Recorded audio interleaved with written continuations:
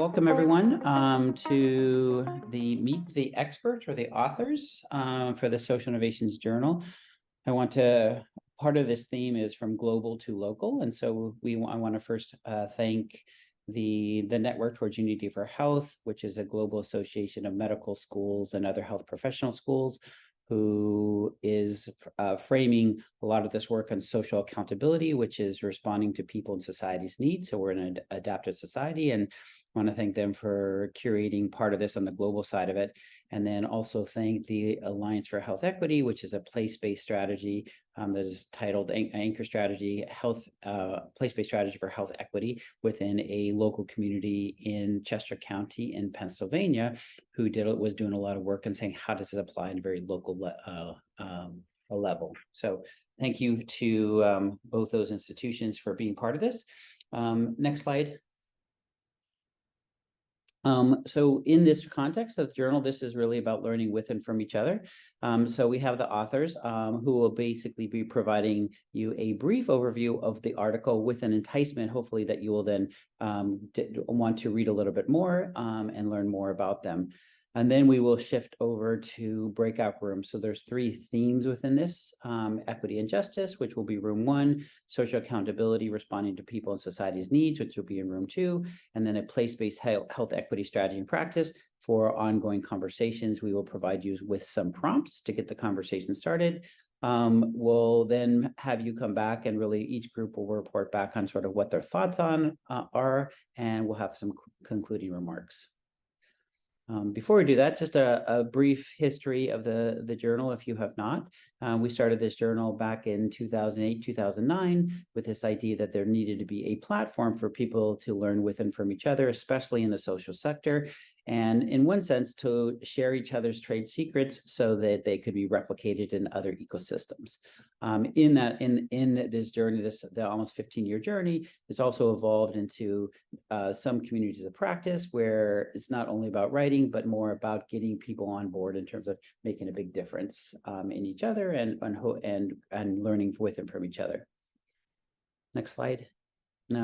So the journal is really 6 editions annually. The themes are education, human services, social mobility, and health. Each of the articles and themes are framed within social innovation, social enterprise, system change, policy, and collaborations. It's a different type of model in terms of we do have open access, so anybody can submit articles for publication, but we have curator partnerships, and we've selected these curation partnerships just because they are global experts in this and have very large communities of practice where we can pull in the content. The first one's Ashoka, and their focus is on social innovations and entrepreneurship, somewhat leading into policy. Tamarack Institute, which is collective impact and action. Transformational Community, which really looks at global social ecological systems. The Network Towards Unity for Health, which is global health. Wood System of Care, human services. And Atmashakti Trust, which is really about global grassroots organizing and movements. Next slide. But again, like I said, it is open access, so anybody's welcome to submit an article, and then we include it one of the 6 to 7 editions. Next slide.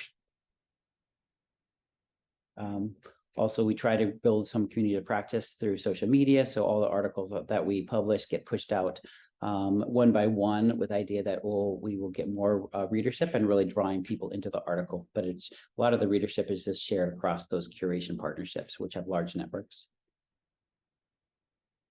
And then the final thing we do that, we have this mission for a more equitable and just society. And we do that through kind of flipping a model where we say is like, we need to find those change makers in the community who are to spend more time making change and doing the work than promoting themselves. And so we have Social Innovations Awards in Philadelphia, New Jersey, and we're in this process to look at other ecosystems, and so that they can expand and really use this model to find those change makers and then promote them so that their work can be acknowledged and invested in.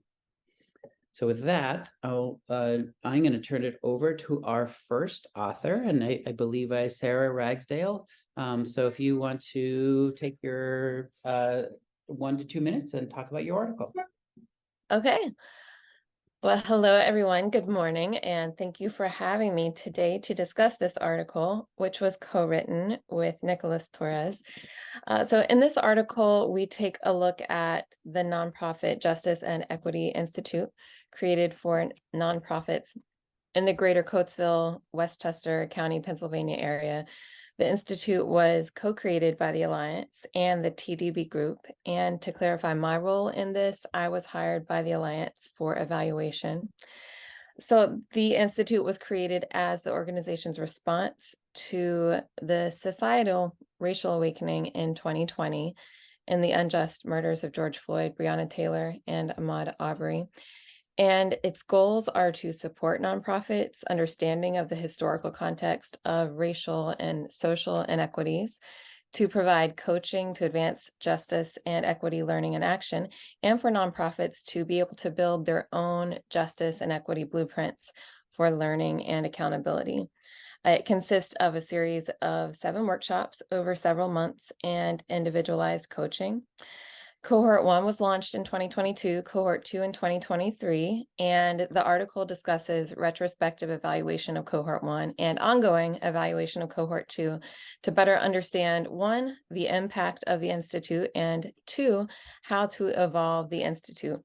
This evaluation is being done through observation, interviews, and surveys of reported before and after status in 12 DEI categories.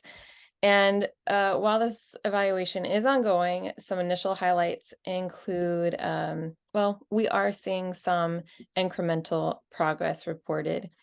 And then we have surfaced some areas of opportunity to better support nonprofits in areas of leadership, accountability, policies.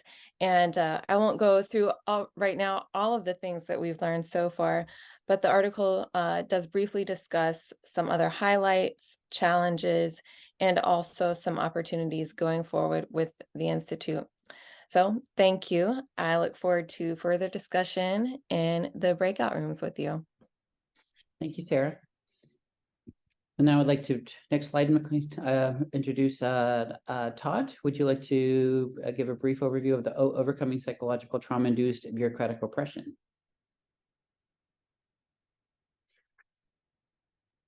Todd, do we have you here? I think Todd can make this one. So okay. We'll go to the next one then.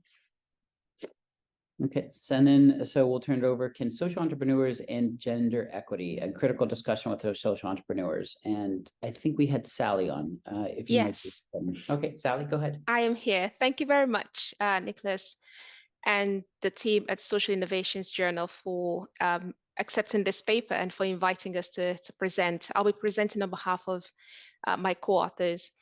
This is a co-written paper with practitioners. So the Women's Day was on the 8th of March this year, and we decided to organize an event commemorating International Women's Day. My colleagues and I, some of we are part of the Social Enterprise Research Group, an informal research cluster. And so what we did was we brought together 3 practitioners, who you can see on this paper, Elizabeth from Botanic Treasures, Sana Crown from Sana Crown, and we had the Director of International Relations from the University of the Gambia.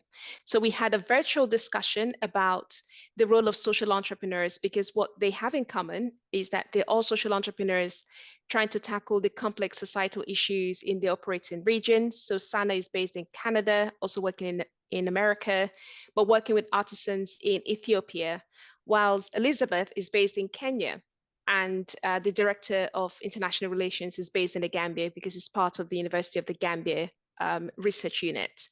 So these 3 social entrepreneurs, we had this critical conversation about gender inequality, focusing on the UN theme about digital for all.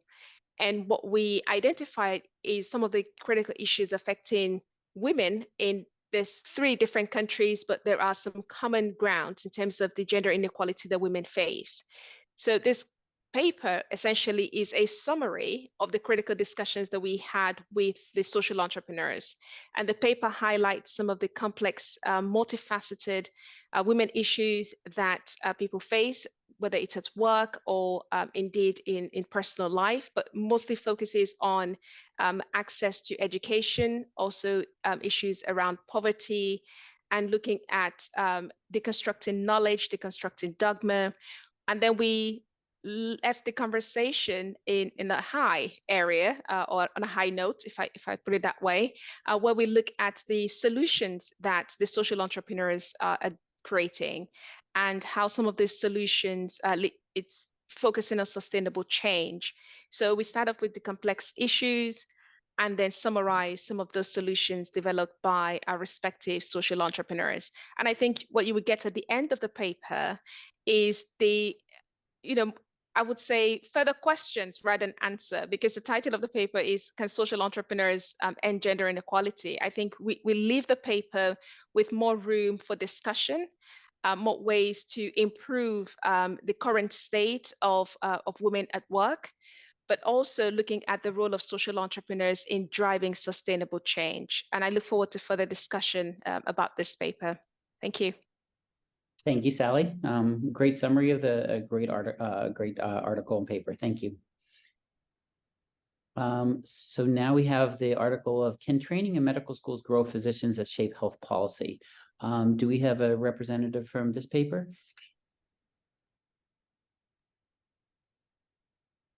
Don't think anyone is from this one, so we'll go on to the next one. Okay, so our next authors are Measuring Social Accountability through ISAT, a qualitative study of the implementation process at Faculty of Medical Sciences of Universidad Nacional de Litoral in Argentina. Do we have a representative from this article?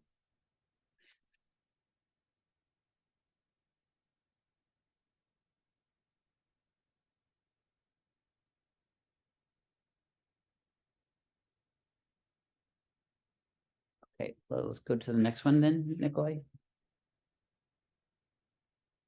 I do believe I did see Fernando on here. So Fernando, would you like to report on advancing health equity through social accountability in Brazilian medical schools, finding a match between the national curriculum guidelines and social accountability indicators?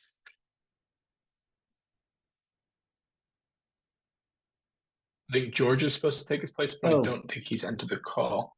So I'm not, so we'll maybe circle back if they join. Okay, sounds good. So now we have Navigating the Shifting Landscape of Diversity in U.S. Medical Schools, the Role of Holistic Admissions. And I do think I saw Finn on here. So Finn? Yes, thanks to everyone at Social Innovations Journal for hosting the event. So our thought process behind this article is sort of twofold. First, we wanted to evaluate the current landscape of holistic admissions in medical schools in America. And we're thinking about that both in terms of how common they are, but also what practices schools are specifically implementing. Second, we want to think about how holistic admissions processes can be refined to sort of further optimize the medical school admissions process. And so this article came at a fairly important time for us.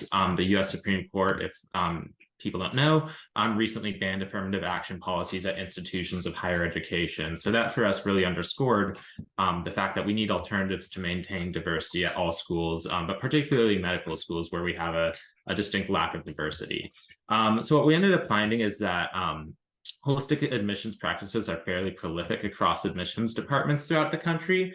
However, the term tends to be used fairly loosely in terms of what qualification schools are using to assess candidates. The criteria we tended to see included everything from time spent in another country, military or community service, caregiving for a family member, proficiency in another language, residency in a rural or impoverished community, or being a member of a group that is historically underrepresented in medicine. Other schools don't use holistic criteria in assessing candidates, but rather focus on a more process-oriented approach, which they label as holistic admissions. So this can include requiring diversity training for admissions committees, rebalancing admissions criteria, and adding essay questions that allow candidates to sort of highlight non-academic criteria in their application. We also found that it's not clear the extent to which holistic policies are weighted relative to other criteria, such as school grades or test scores. This is a particularly important point that's missing from the literature. The only real information we have in this regard is that there are a number of institutions that use cutoff points for grades and test scores, and beyond that point, they weigh holistic criteria. So we find overall that this is a fairly promising strategy that has led to that shows potential to undo some of the harms that were created by overturning affirmative action policies and other anti-DEI policies that are currently in the education sphere in America. So yes, we're looking forward to further discussion on this paper. Thank you. Thank you, Finn. So now we have the addressing challenges of medical deserts, and as Ahmed or Joel on the call?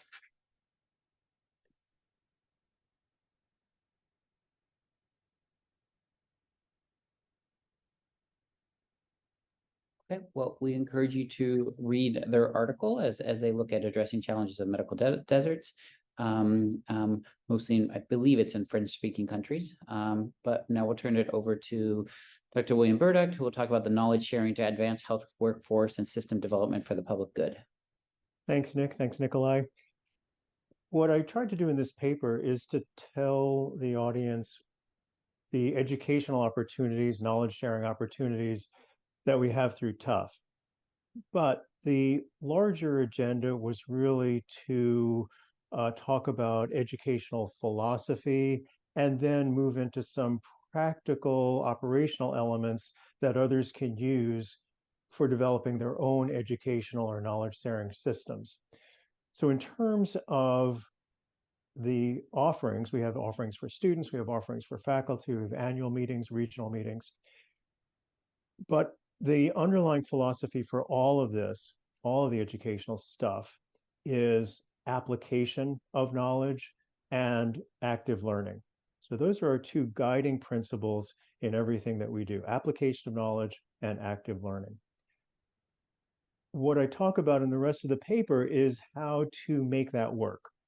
I talk about the practical aspects of creating objectives, creating a concrete plan for a meeting, creating a learning culture, the aspects of leadership and workforce education and how to encourage others to do the things that I'm talking about, and then finally how to evaluate learning programs. So it's meant as an introduction to what TUF is offering and as a guide to the principles and practicalities of creating your own learning, knowledge sharing experiences. The offerings for faculty, by the way, are not just for faculty, they're for practitioners as well, and they're open to everyone. And if I have a chance, I'll put the link to that. It's an opportunity to experience some of the things I talk about in the paper, particularly the aspect of project development as a form of application of knowledge. So I'll see if I can put that link into the chat at some point. Thanks very much. Thank you, Bill. So now we'll go on to leveraging accreditation to move health institutions towards social accountability. And I believe I saw Aaron on here. Aaron, would you like to talk about your paper? Yeah, absolutely. Thanks, Nick, and thanks, Nikolai, for the opportunity to share this article. So this article was a co-written paper, and it's really a summary of a lot of work that's been happening over the last couple of years of many, many people. So again, the names here don't reflect a lot of the work that's happening, but the article is really a summary of the literature that's been emerging within the field of accreditation and social accountability. It argues again for why accreditation is important in moving as a lever for change, as moving the social accountability agenda forward. It's really about why accreditation in terms of reorienting schools is actually an opportunity to really help improve the health and the health workforce and healthcare agenda forward. So the solution in the article is really around what's been happening globally since 2021. And even before that. So in 2021, the Association of Canadian Medical Schools hosted, but there were over 100 people attending and over 30 countries represented, contributing to the conversation about what needs to happen to move accreditation forward. So the article really shares a summary of that think tank session, some of the outcomes of that, which is now a steering committee serving a coordinating function, but also the important work of 4 action groups. So one is a standard setting group, so setting best practices around standards, but also capacity building, advocacy, and research in accreditation. It also covers some of the work that's been happening over the last year in terms of the steering committee and its partnership with TUFH around webinars and a fellowship that was just launched, an international fellowship. So I too, like Bill, will also put some links in the chat that can encourage, again, if anyone's interested in learning more about the fellowship, about the webinars that have been happening. And then really the article or the manuscript at the very end is it really a call to anyone who's interested in participating and getting involved. These action groups are open to anyone with an interest in helping to build and be part of this call to action of using accreditation as a lever for that social accountability and social change. So I think I'm really looking forward to conversations in the breakout groups, and happy to answer any questions then. Thanks, Nick. Thank you, Erin. So now we have engaging stakeholders for institutional self-reflection to advance health equity. And is any of the authors from this paper on the call? Bjorg is here. Okay, go ahead, Bjorg. Thank you. Sure. Well, first of all, thank you for both publishing the article, but also having us present here. So obviously, this is very connected to many of the articles that are there. There are several authors: Robert Woolard, Pratama Santoso-Otomo, myself, Andre Jacques from the Training for Health Equity Network, and Jose Francisco Garcia Gutierrez from the Pan American Health Organization. It does focus on, as you know, it's not new to this crowd. Health equity gaps are widening, and COVID both demonstrated that in itself, and it also worsened many of these gaps. And we've also, there's definitely more interest in social accountability in health professional education, but which actually really asks people to think about, what is the role of academia in addressing social inequities, and so it challenges institutions to look at it in terms of, are we doing the right thing? Are we actually, what is the impact we want to make, and are we actually having the impact on strengthening the health system and reducing inequities that we might say, on our wall or in our mission. So this article really talks about an institutional self-assessment tools on social accountability. It's actually built, that tool, it was evolved in partnership with groups that had developed initial evaluation tools, which includes the Training for Health Equity Network, the NET, but it also includes what is now the Social Mission Alliance, as well as Amy Aspire. These were all social accountability tools trying to really look at, measure impact, and get institutions to sort of think about what their role is, whether it's recruiting students or how they teach, who they teach, where, and etc. So I think it was in 2018, PAHO convened these folks together to really look at sort of a basic tool that's really getting folks involved. And it is hosted by the Network Towards Unity for Health that is leading that effort. And this group or this tool, it defines 12 core indicators of social accountability, and I encourage you to read the article to see what these kind of core indicators are. So far, 10 schools, both in North America, Latin America, Africa, Eastern Mediterranean, and Southeast Asia, have used this framework, which actually gets institutions to engage with both faculty and students and others to reflect on these how they're meeting these indicators, and then come up with plans on how to improve what they're doing. Now, finally, sort of what we're reflecting on and what we've learned from this process is that the broad definition of social accountability has actually resulted in that people see it slightly differently. So despite what we thought were quite detailed descriptions of indicators, there were some that saw social accountability. For example, one area that often wasn't as included was the role of community engagement in the full process. So what we are certainly learning and calling on is reflect on the definition and engage in what actually social accountability looks like in action, foster more research on measuring outcomes and impact, but also on figuring out what works. And same thing, another future is about engaging a broader set of stakeholders in the evaluation process and in defining measures of success. So I'll leave it there and look forward to discussing it further. Thank you, Bjork. And next we have the ISAT self-assessment tool for social accountability of faculties of medicine from theory to practice. And we have Sharon Hatcher. Sharon?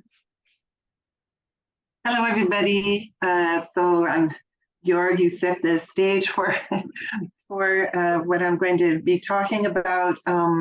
So obviously there were several articles about the ISAT self-assessment tool for social accountability. So our group represents the efforts of two francophone institutions in Quebec, in French Canada. So myself, I'm from Université de Sherbrooke. Jessica Cyr is a resident in family medicine who really is very involved in furthering the process forward in our school. And Jacques Girard, who could not be here today. I don't think Jacques is online. Jacques is from L'Université Laval. And so the goal of this paper, it's a very, it's a descriptive paper of the efforts at, as far as we know, the first application of ISAT as a self-evaluation tool, a self-assessment tool for social accountability in Francophone university. And so the paper was actually written also in French. There's a French version. If anybody wants the French version, please don't hesitate to contact Sir Nicholas has that version, you know. So part of the goal was to be able to share, and we have other activities that will be coming out of this webinar and so on, to be able to share with Francophone schools how they can use the tool. Just a reminder that there are 6 components with 4 possible phases of development. So with each component, whether it's students or curriculum or teachers and stakeholder involvement, the whole goal is a process of engaging a wide community of stakeholders at the school to really look at, well, for each component where we sit on that sort of a scale of 1 to 4, if you want to put it that way. So the paper describes what we did, but also what comes out of it is a chart which is an obvious, you know, that there are 4 steps: the planning of it, the data collection and validation, the assessment of the developmental phase, and development of an action plan. And all that is already well described in the ISAT guide and tool. But we went into more detail, which we hope is helpful to, because I know for a lot of schools that are just learning about this, well, what exactly does that entail? So we put in the number of hours, and our process and the process that we described is at Université de Sherbrooke. Laval has not started it yet, but the collaboration and the support that we got with Jacques Girard from Laval in what we were doing is also interesting, to have inter-institutional support and sharing. So the processes that we described is mostly at Sherbrooke. And and go into, so we went into more detail about the feasibility issues, some challenges and facilitators.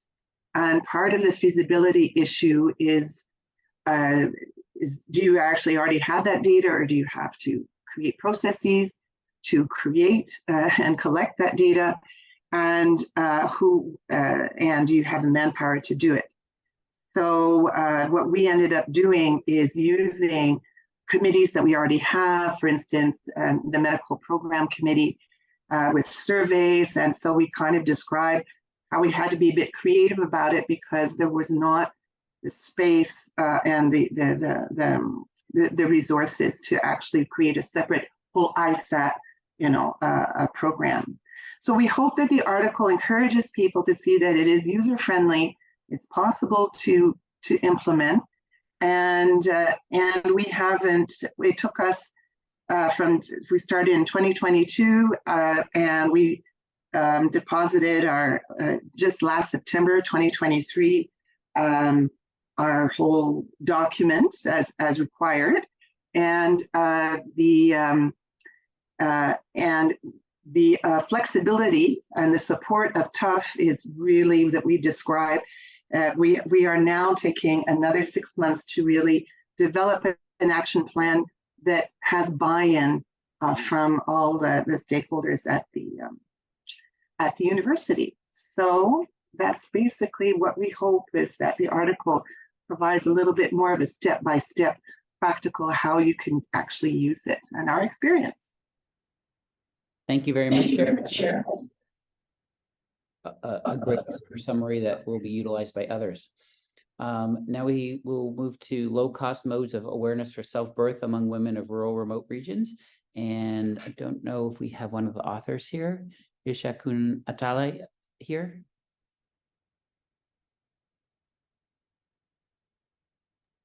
Okay, well, I encourage you to read that article, and we'll move to the next one for room 3. So surplus as a solution to scarcity, building a healthier food system. Do we have Nurhamin in the audience?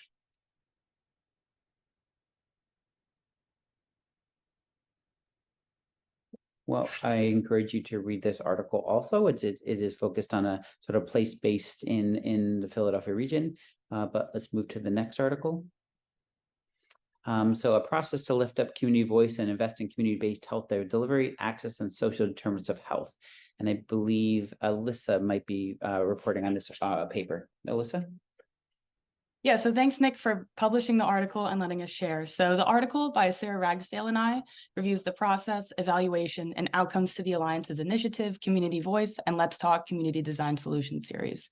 So the Community Design Solution Series was conducted from February to June 2023. And this series provided the Coatesville community with a platform to test, adapt, fine-tune, and present solutions based on their own ideas and lived experiences in topics on health, mental health, employment, education, and housing. So through this process, the Alliance and a collective social impact consultant guided interested community members to co-develop a sustainable community-driven solution, which included a gap analysis, financials, team profiles, and key partners. So after this, the community members presented their solution to the community, to co-investors, nonprofits, businesses, and the Alliance's grant-making committee. And in total, 28 community members pitched their sustainable solution to potentially receive funding, find partnerships to help launch and scale the idea, and receive feedback from key panelists and community members. So in total, the Let's Talk distributed $25,000 in awards to community selected ideas. And the Alliance is also committed to continuing the success of 7 community members through either launching or scaling their solution, and to date has awarded an additional $70,000 to sustain different community-driven solutions. So we hope that you take some time to review the article as it goes deeper into the process, as well as explains why we chose this redirected strategy based on community voice theory of change models. And the article concludes with evaluation of this process that provides insights for the continual evolution of community inclusive inputs and surfaces opportunities to support capacity building and impact in the future. So thanks so much, and I look forward to the discussions later today. Thank you, Alyssa. And now we look at the impact of the closure of a hospital on the surrounding community and residents. And Lisette, Scott, and Mike, I know you're all here, so if you want to talk about the paper. Hi, everyone. Thank you to Social Innovations for allowing us to share the information. As Nick said, this article was co-written by myself, Dr. Scott Spreet, and Mike Clark, who are also on this phone call. Basically, it analyzed and looked at the impact of the hospital closure on the community of Coatesville. A survey was launched to sort of gather information on how the community had been impacted, anywhere from barriers to access to just more social points of view. And what we discovered was that it really was a barrier more of engagement and access.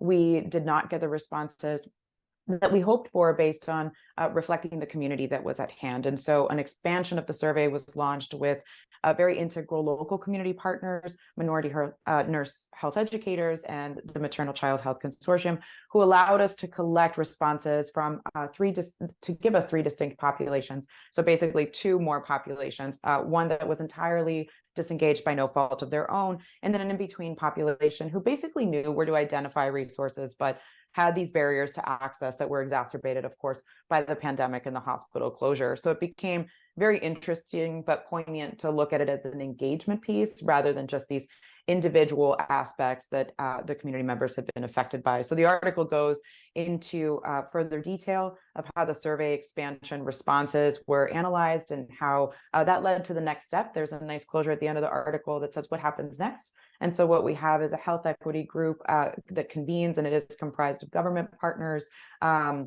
other social innovators, and the private sector. And basically they meet on a bi-monthly basis to sort of identify what comes next as a result of identifying these 3 populations after the hospital closure. So we look forward to the discussion. We're really excited about the next steps based on the findings and identifications in the report. And we look forward to discussing it in the breakout group. Thank you. Thank you, Lisa. And now we move to building bridges between health delivery systems and community by addressing engagement and access barriers. And I believe, Moira, you are talking about this paper. Yep. Hi, thank you, Social Innovations Journal, and thanks, Nick. So great segue after Lisette's description of their article. So one of the steps of what's next of the hospital closure survey is the integration and the implementation of an integrated healthcare ecosystem. So after those Coatesville residents were surveyed, we've researched innovative models and secured ARPA funding to implement the Equity Health Center, which is an integrated healthcare ecosystem built to address the health access and engagement challenges that were identified in the health survey and then really compounded upon by community conversations. The core services of our integrated healthcare ecosystem are public transportation improvements, the prevention of chronic diseases, youth mental health support, comprehensive healthcare for the uninsured, and then a digital referral integration and navigational support system for community partners and providers to be able to connect them better with one another, in addition to connecting them better to the community. The monitoring and the evaluation is done through a partnership with our local university, Westchester. And through this initiative, we utilize a really intentional engagement strategy to enhance the service utilization with really focusing in on community trust and inclusivity in healthcare delivery and access. Ultimately, through this initiative, we hope to achieve a more equitable and sustainable healthcare ecosystem. And the whole paper just sort of talks a little bit more about the depths of the process and sort of how we work through all of this with the help of our oversight committee, community-driven oversight committee. Thank you, Moira.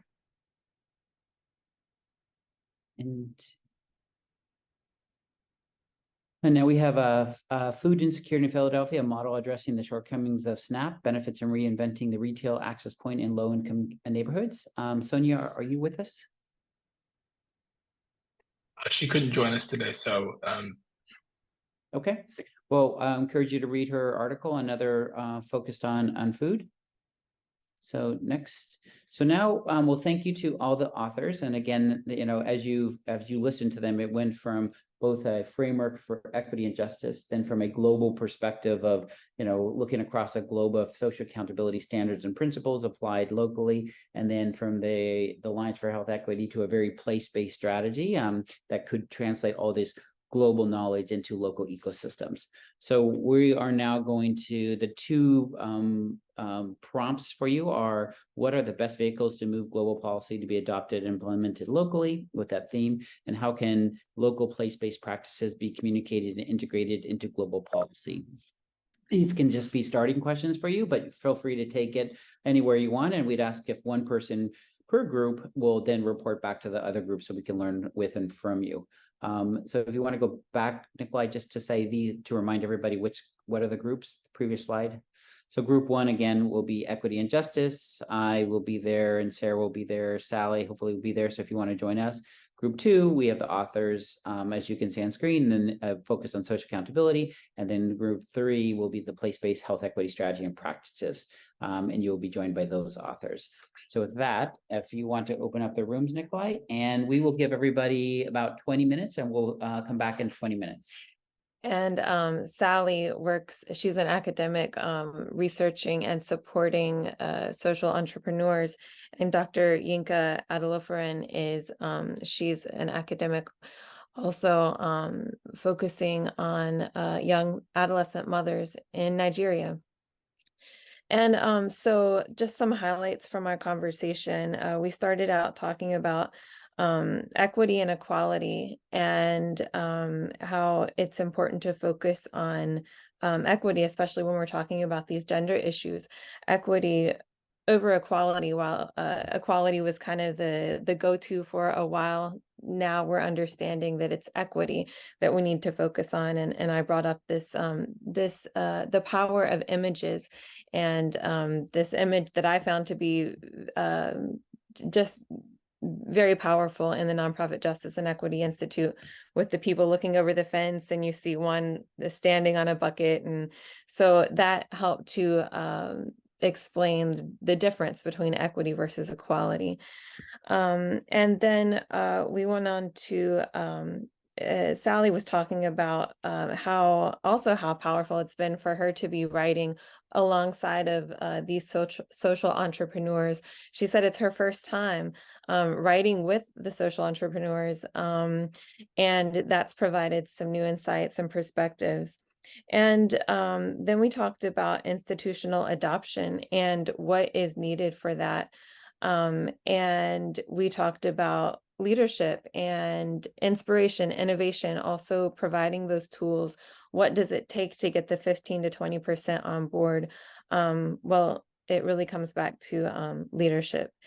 And also the importance of when we have these ideas, whether they're local and maybe they go global, we're talking about adoption here, the importance of local context in terms of resources and culture, for a variety of reasons. One being because it's most cost effective when you're using your local resources, local knowledge, and because it works.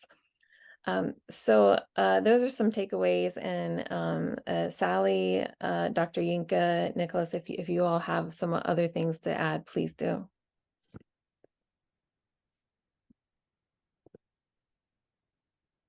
I think that was a great summary. Thank you, Sarah. Yep. I'm seeing nods from our other group. So now we'll move to the social accountability group. And is Bjorg, Garen, Sharon, Omar, Caroline, Mari, is anybody reporting back? Omar. Okay. I managed to get the names, hopefully.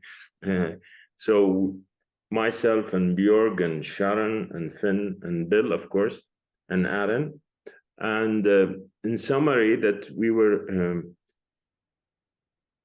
we came up with, or the question was, where we're looking about the equity. We started with, when we have a small group, and how to overcome the problems regarding equity in the small group, and then, and how to overcome it and look at it from another perspective and a bigger perspective. And we've discussed with Bill about, the learning environment and the equity and the sharing. And I gave the example of the Arab world that we have a problem of, you know, they cannot see it as a health professional education. They look at it as mainly medical education, and probably you know, a medical doctor is superior to the nurse or to the physiotherapist and so on and so forth. And we have to, you know, overcome these problems and these issues. And even the example that I gave was even the OSCE. When you have an OSCE for the discipline or for the medical school itself, they keep on bringing someone from the content related rather than just an examiner. And that shows that, you know, the equity within our discipline, within the medical school, within the health professional education, we need to look at it from that aspect and to overcome it, and to, as much as possible, to desensitize people from that aspect. And even Finn was talking about the holistic approach regarding the medical admission in the US, and regarding the equity and so on and so forth. So this is the summary, and if there's someone else from the group who want to add, please go ahead.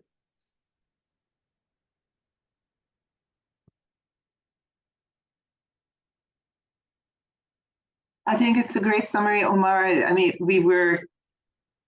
I guess we weren't doing sort of global versus local. It was more like these critical issues that are present in a small group. I mean, that's the point you're bringing up, in a small group, in a local arena, as well as globally, of how to work together when within the group itself there are inequities that are glaring to some, but in the blind spot of others. So it was great discussion. Great. Well, thank you. And now we'll move to the third group, the place-based health equity strategy. And not sure who's reporting back: Alyssa, Lisette, Mike, Moira, Scott, Bonnie, Zach, or Diana.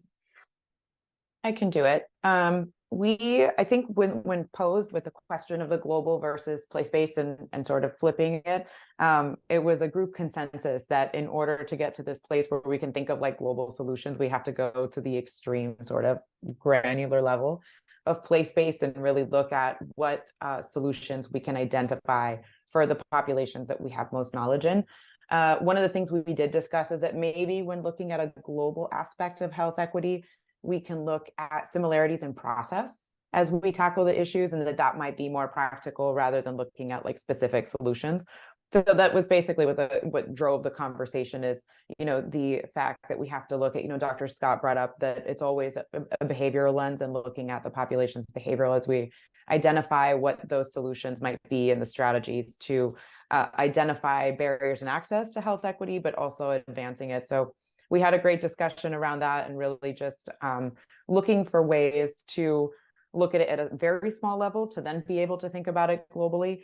And one of the questions that was posed at the end, and I don't see our participant here, forgive me, was really, you know, where do you find resources to look at some of these solutions that have taken place in other communities and other countries as we look at solutions for our own place-based. So looking to the future, that might be a good space to explore, right? And, you know, so Mike brought up that the journal does have a wealth of information in past and present versions where you can find that information, but maybe convening in the future to identify what has worked for us, what hasn't, have that as a grander discussion might benefit practitioners.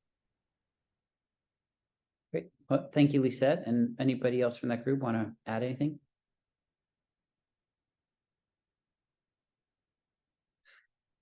And so Lisette, I think that's a great thing. Like the journal is really to hopefully serve as that platform where people do talk about their solutions, and you know, and we know we need to do more than writing articles or evaluation, because that inspires people and hopefully gives them some ideas of how to move it, but then bringing people together to learn with and from each other and mostly make connections. So I think it's a good point. Any discussions between the group or any questions that anybody wants to ask anybody else?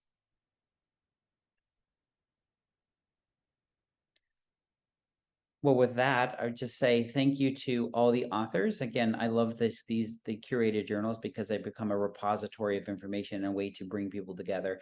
But then when people look for information, it's all in one place for them. And then hopefully we'll inspire it from both a place-based strategy, from the Alliance for Health Equity, to a global strategy through the Network Towards Unity for Health, and just more of a larger framework. So we have a lot of authors who kind of just wrote from an equity and justice perspective.